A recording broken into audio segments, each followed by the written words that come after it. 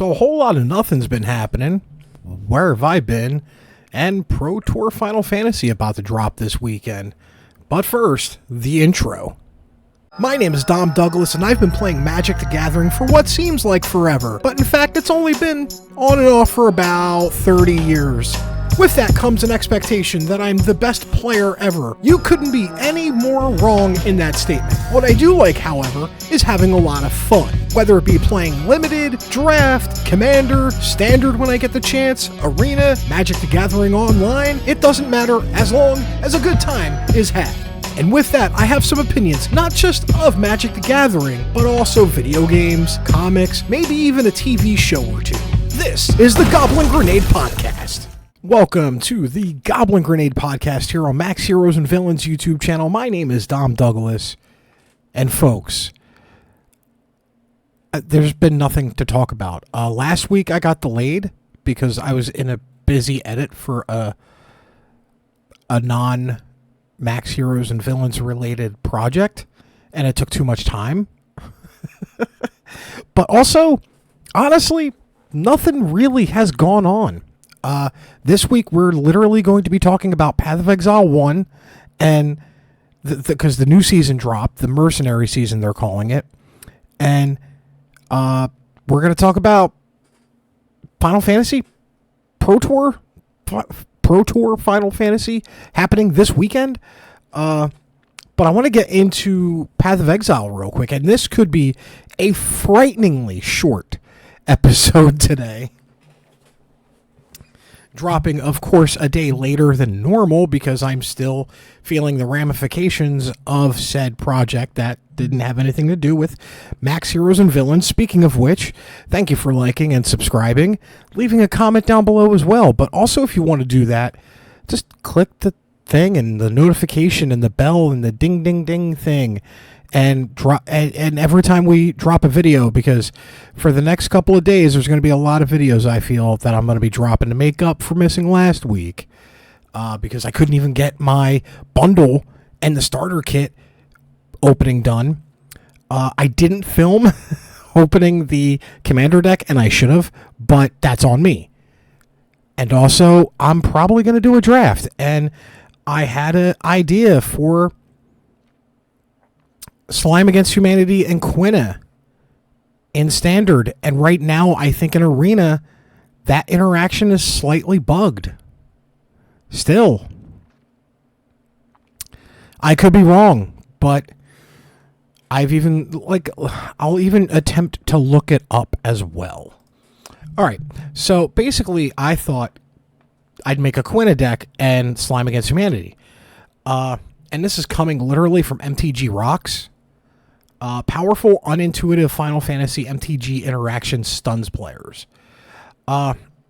Instead, by the exceptions that lay in the deck, unexplored corners of the region, another bizarre replacement, and this was 2 days ago, this article came out. Replacement effects in action, Quina, just reading through, Chatterfang and Slime Against Humanity. Xanarkin and Quina are not isolated interaction. This impacts similar to Slime Against Humanity creates a token and puts counters on it. This means tokens added to the spell via replacement effects will also get the +1/+1 counters.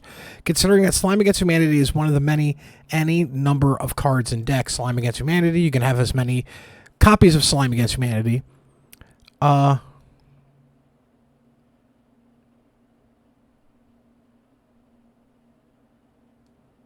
So, yeah, it's a replacement effect. That's why it's getting... So it's not a bug. It's actually working as intended. Because the replacement effect also gets the Slime Against Humanity counters. Thank you, MTG Rocks, for answering that question. So,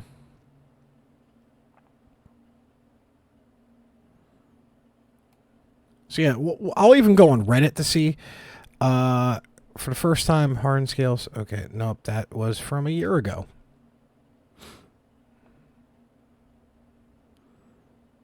Somebody actually put on the Steam client bug with Slime Against Humanity plus Chatterfang, because Chatterfang's a replacement effect. It gives counters to both slimes and creates a squirrel.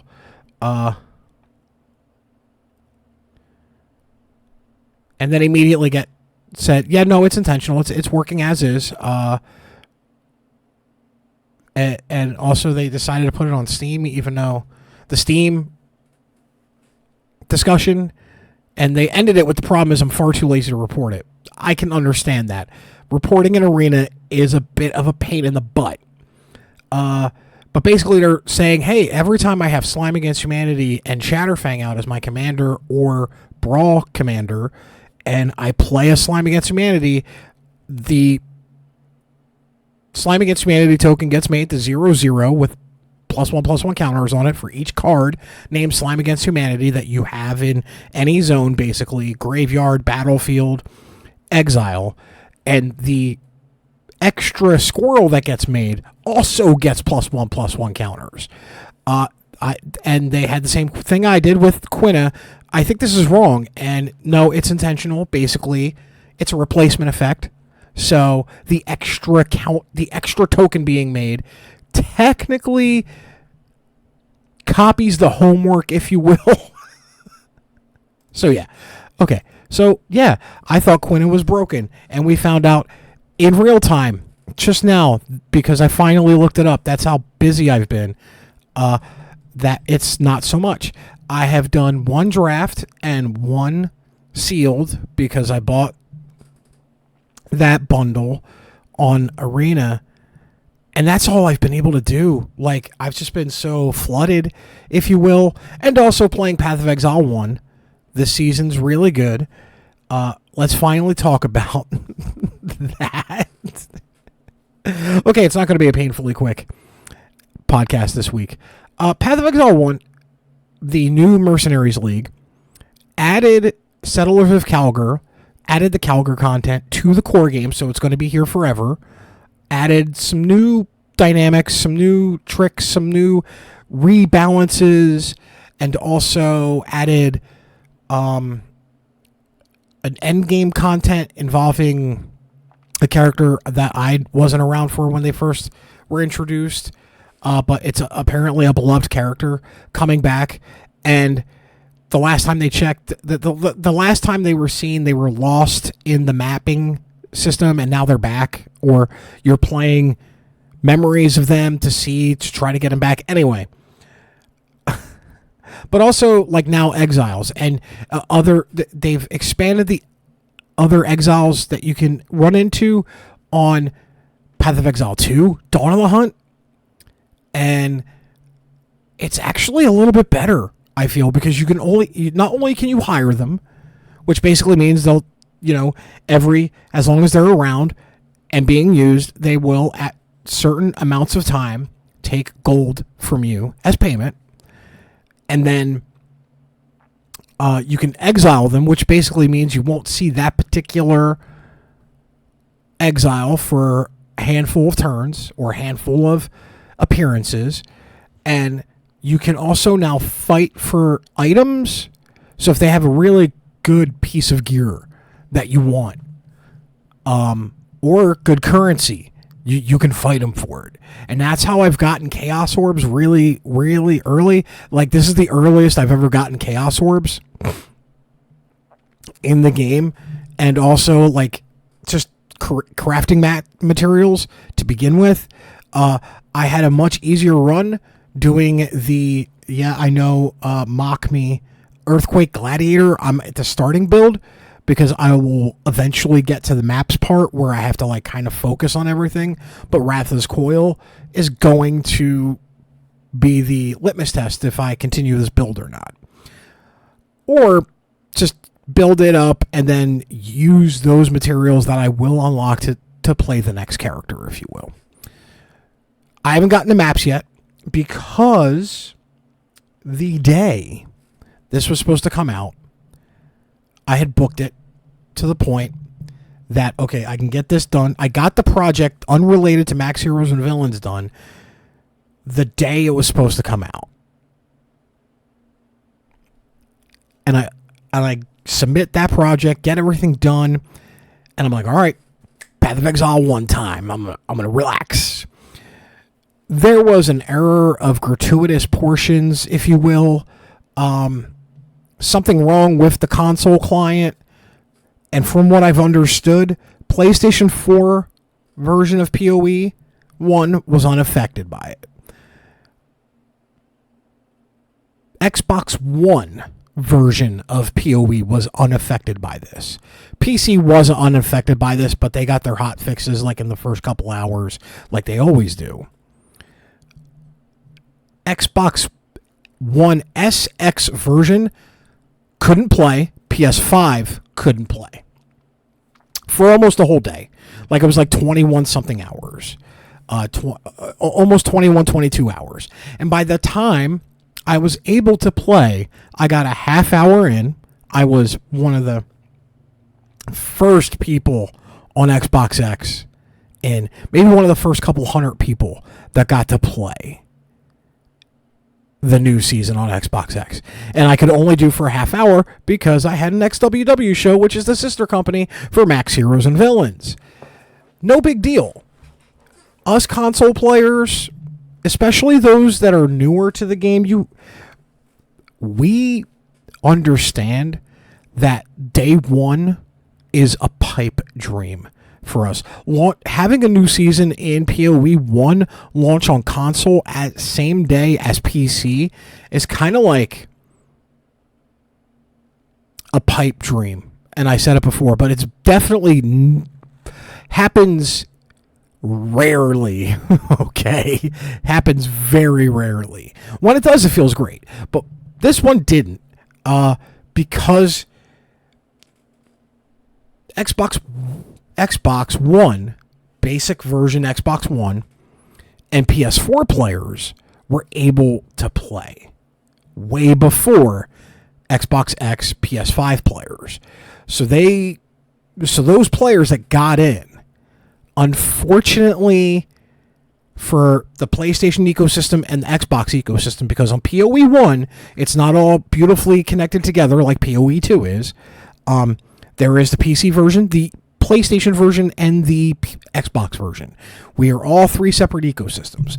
And because people were able to play on the Xbox One and PlayStation 4, those of us who only have the X and the PS5 kind of were behind on the 8 ball a little bit by a day. In the odd sense of having the latest and greatest is actually unbeneficial to you. Now, I could have easily hooked up my Xbox One and done it, but I didn't feel like that. I didn't feel doing that. I have the X for a reason. Okay, I want them fantabulous graphics, and which have aged rather poorly on the X. PoE 2 looks fantastic. PoE 1 is definitely showing its age, and you can't really update the graphics because it's weird, because Xbox One and X and S all share the same ecosystem. Also, it's the same game. So if you improve it on the X and the S, which does, get improved a little bit, you can't do too much without affecting Xbox One versions. Same thing with PS4, PS5.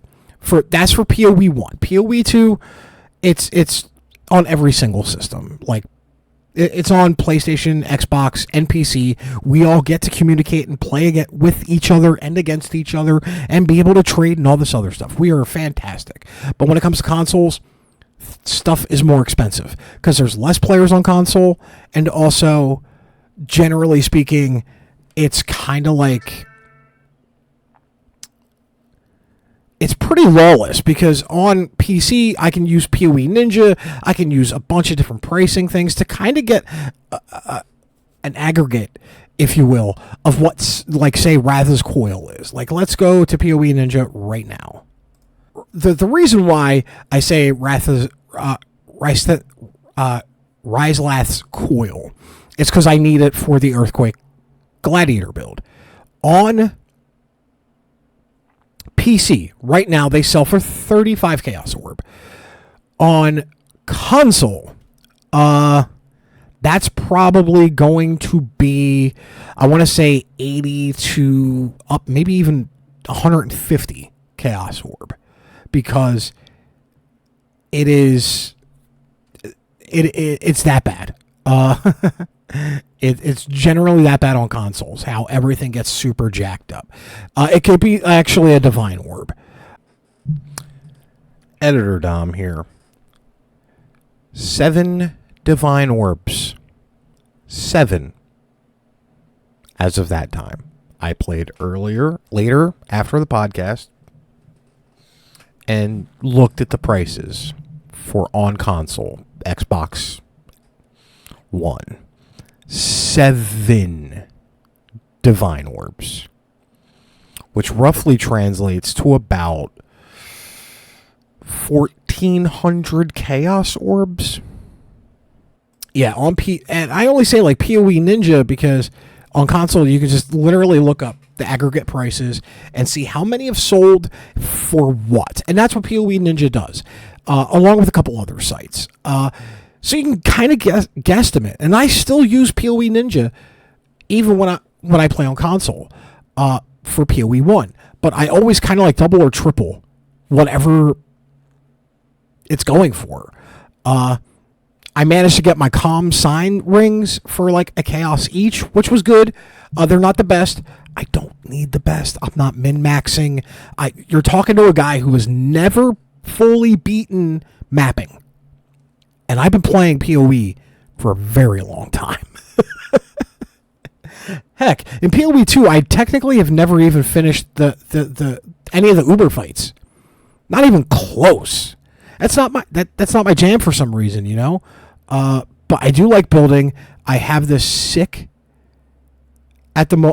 here's my thing. When it comes to PoE, look up a guide, okay? Don't be silly. Look up a guide. Guides help you, but they're not definitive line in the sand. Don't think that because I'm using Zizarin's Earthquake Gladiator starter build or into mapping build that I'm following it verbatim, okay? First off, some of the people who write guides, I wish I could, because I would write, I feel like I could at least get a guide build together for realistic expectations.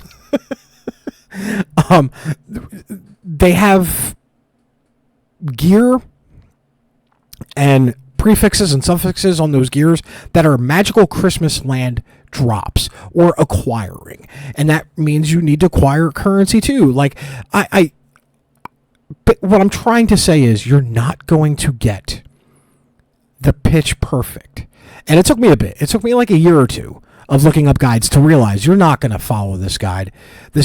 You're not going to follow this guide 100% to the guide written. You will go nuts. Instead, use the guide as a guide and kind of play around your own way.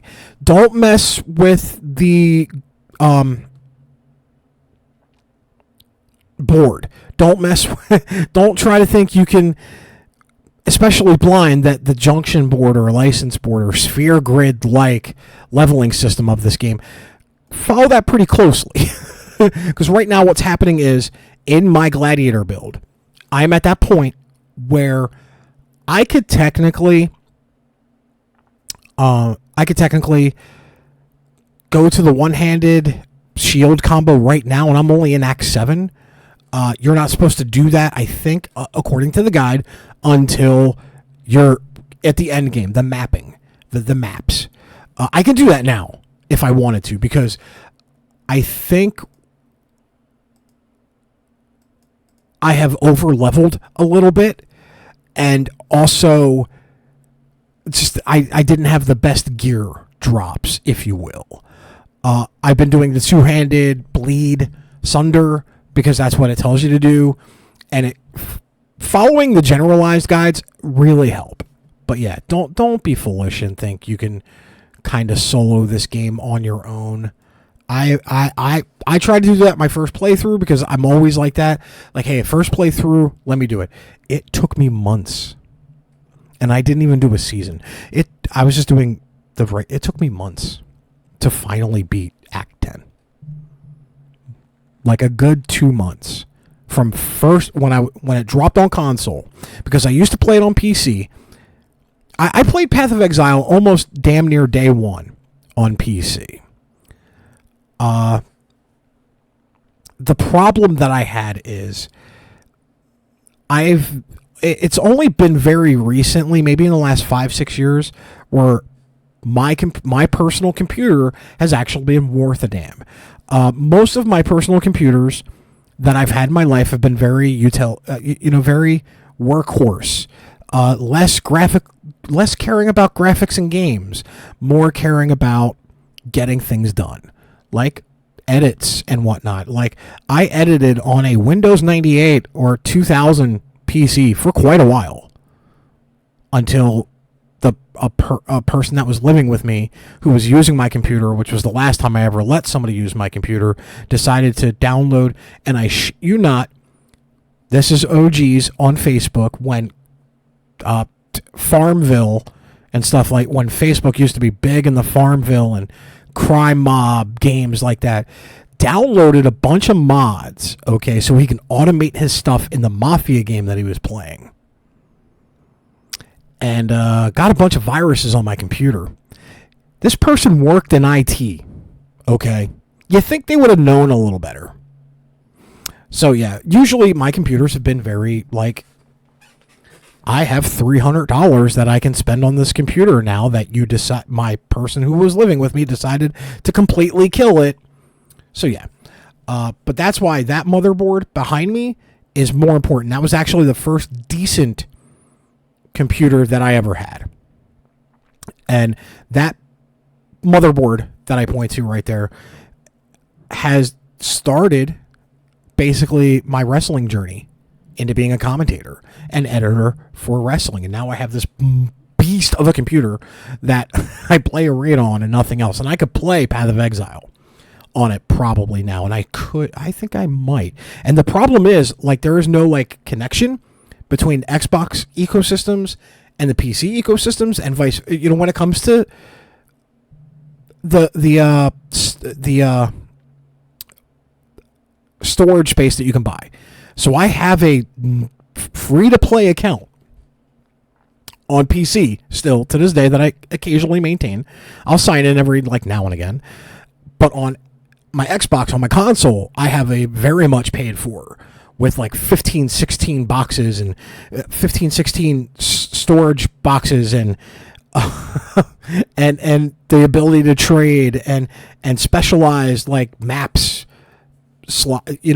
I have a lot. I've put a lot of money into this game, considering it's a free to play. But the reason why I put money into it is because it's one of the actually only free to plays that I feel has ever done it right. You literally pay for the ability to trade, and that will only set you back maybe $5 easily. You can trade, but there's ways that you have to go around, and you have to use the website.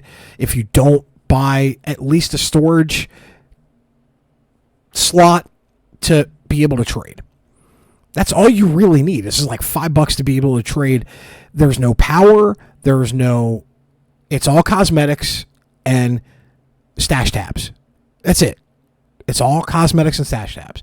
To the point that people used to, like, joke and somewhat be serious that this was a pay-to-win game. And they decided, and GGG, Grinding Gear Games, decided to do a win emote. Congratulations, you won the game, and it was a bunch of fireworks, and you paid $1 and you got 10 of them. And you won the game, and it just set off this little personal firework display. They made so much bank on it because the community understood the joke. So, yeah, I might do a playthrough of that, but it's going to be rough. And it definitely won't be on Max Heroes and Villains channel, that's for certain, because that is intense. That'll be an intense one. Now that we've talked about POE 1.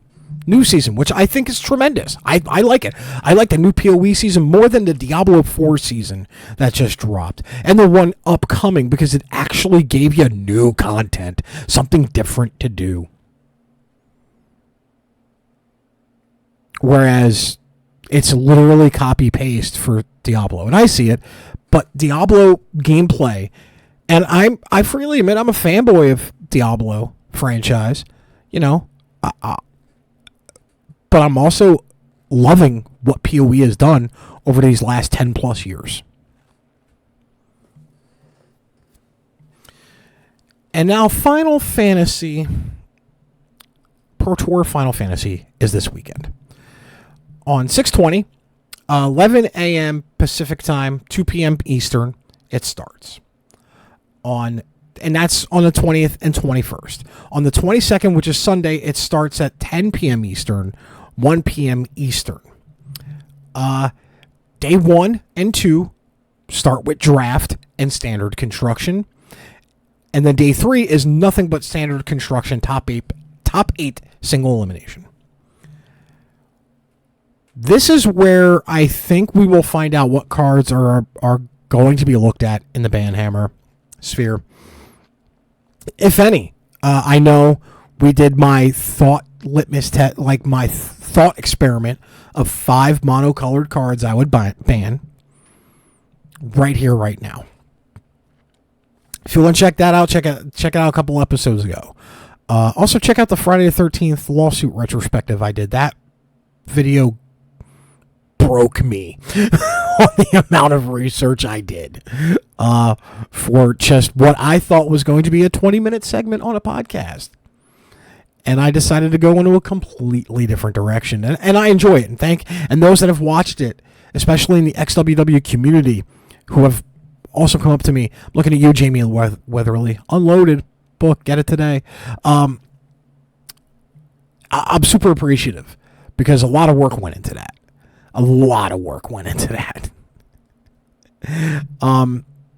But now we get to finally find out with the Final Fantasy Pro Tour, what is standard going to look like in the top meta game? I have no idea. People have been experimenting. People have been testing. I know Vivi's a problem. Vivi's a big problem. Let's check MTG Goldfish right now. Because Goldfish is like the best to see the standard metagame. Right now, Is It Prowess is still 20% of the meta. And that card that I would have cut is Monstrous Rage. But now it looks like it's a wildly different. And Stock Up 2. Stock Up was the other one that I said I would ban. The blue card and then the mono red card. But yeah, it looks like right now, according to MTG Goldfish, 20% of the meta is It Prowess. 19.5% of the meta is mono red aggro, which has been for quite a while. 12.5 is Azorius Omniscience, which I despise playing against, but I appreciate what it does. It basically wants to cheat out Omniscience, which is a 10-drop, 7 colorless, and 3 blue. You can play spells from your hand without paying their mana cost. So it kind of wants to cheat it out, if you will, with Abrello's Awakening and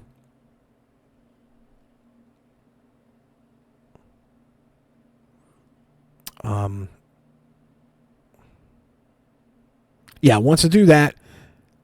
And then I think... So yeah, once that like kind of cheated in with the Abrello's Awakening, and then you just kind of like win on the spot. Once that Omniscience is out, Dimir Midrange is 9.2% of the meta. Orzhov Self Bounce, which is an amazing deck, and it looks like it's cut the blue from the Dimir version I play occasionally as a budget brew. 4-color Zur is now dropped to 4.8% of the meta. Azorius Control is dropped to 4.2%, and that's about it. Everything else is playing like 2.9, and then we drop into the 1%. I have a feeling this whole metagame changes, especially with deck lists, because we're going to see the Final Fantasy decks. None of the pros have been putting up their decks, obviously. They've been testing and all that. We will find out by the end of this coming weekend if Vivi is the problem, if Sephiroth is the problem, if Cloud, if Lightning, Army of One is the problem. We will find that out this weekend. especially when it comes to standard. We know in limited, we know in legacy, vintage, modern, pioneer, VV has commander. VV is a issue, is a problem. We're going to find out how much of a problem that and some of the other cards are this weekend. I am surprised that it was this short of an episode. Sorry to cut it off so early, but I have a lot of, what should I say? I have a lot of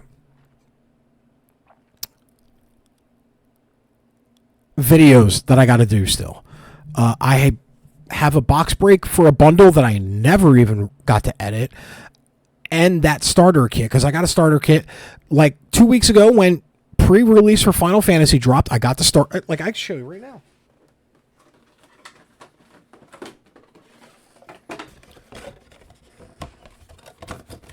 So it's already open, but I was able to get the bundle. I got the pre-release, and I played in some of the pre-release. And look at this pre-release. I'm doing something with this. I normally don't keep the pre-release stuff, but this one was just so good. Got the starter kit, okay, with the Cloud and Sephiroth magic decks. And got the Final Fantasy X Commander deck. And that's all I've been able to do. That's all I've been able to get. And I think that's all I might be able to get for Final Fantasy. Not only is it still kind of outrageously priced, but I'm just going to wait for singles to pop. Like, and I already know some singles have already dropped. And I'm going to drop that video at some point as well. But in the next, I'd say week, next 7 days from now, I'm going to get that bundle break done. There wasn't a crazy rush on it because, spoiler, I didn't open anything crazy in the bundle. The starter kit is just a normal starter kit. I've already redeemed the code for one of my accounts. And I would also say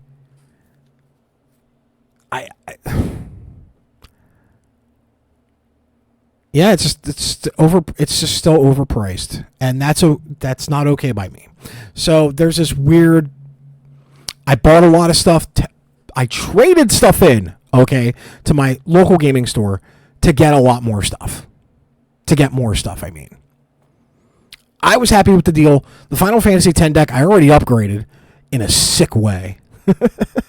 And oh yeah, by the way, this is a special message for people out there that don't like me, that think I'm a blankety blank for playing Edgar Markov. My Edgar Markov deck, I have purposely dumbed it down. Just to make it fair. And I'm still called out. And people like, I don't know, my partner, she plays Tiamat. And it's a really offensive deck, especially with Dracogenesis and all the other things that she plays. And I managed to beat the deck one time since it was built years ago. And that one time was against when we went 1v1 recently with my Niv Mizzet deck. And Niv Mizzet got the win. So that's why the Niv Mizzet deck is my favorite deck right now, because it beat my partner's Tiamat deck. And anyway, other friends of ours have said that I'm a blankety blank for playing Edgar Markov. I'm upgrading it. Showing its full potential. Well, as much as I can afford. I'm going to put 2 more tutors in there. I'm going to put a few more blood artist effects in there. I'm putting in a couple sacrifice outlets in there. Catch my drift? Oh, yeah. You done messed up now, Ron. That being said, that's my next week or two. Dom Douglas for Max Heroes and Villains YouTube channel. Thank you for watching. Thank you for listening. Thank you for leaving a like if you did. A dislike if you did. Hey, input's input. Leave a comment down below if you agree or disagree with anything I have said. That being said, may your top deck always be mythic. And I'm going to go back to play some POE 1 again because I have no control over my life.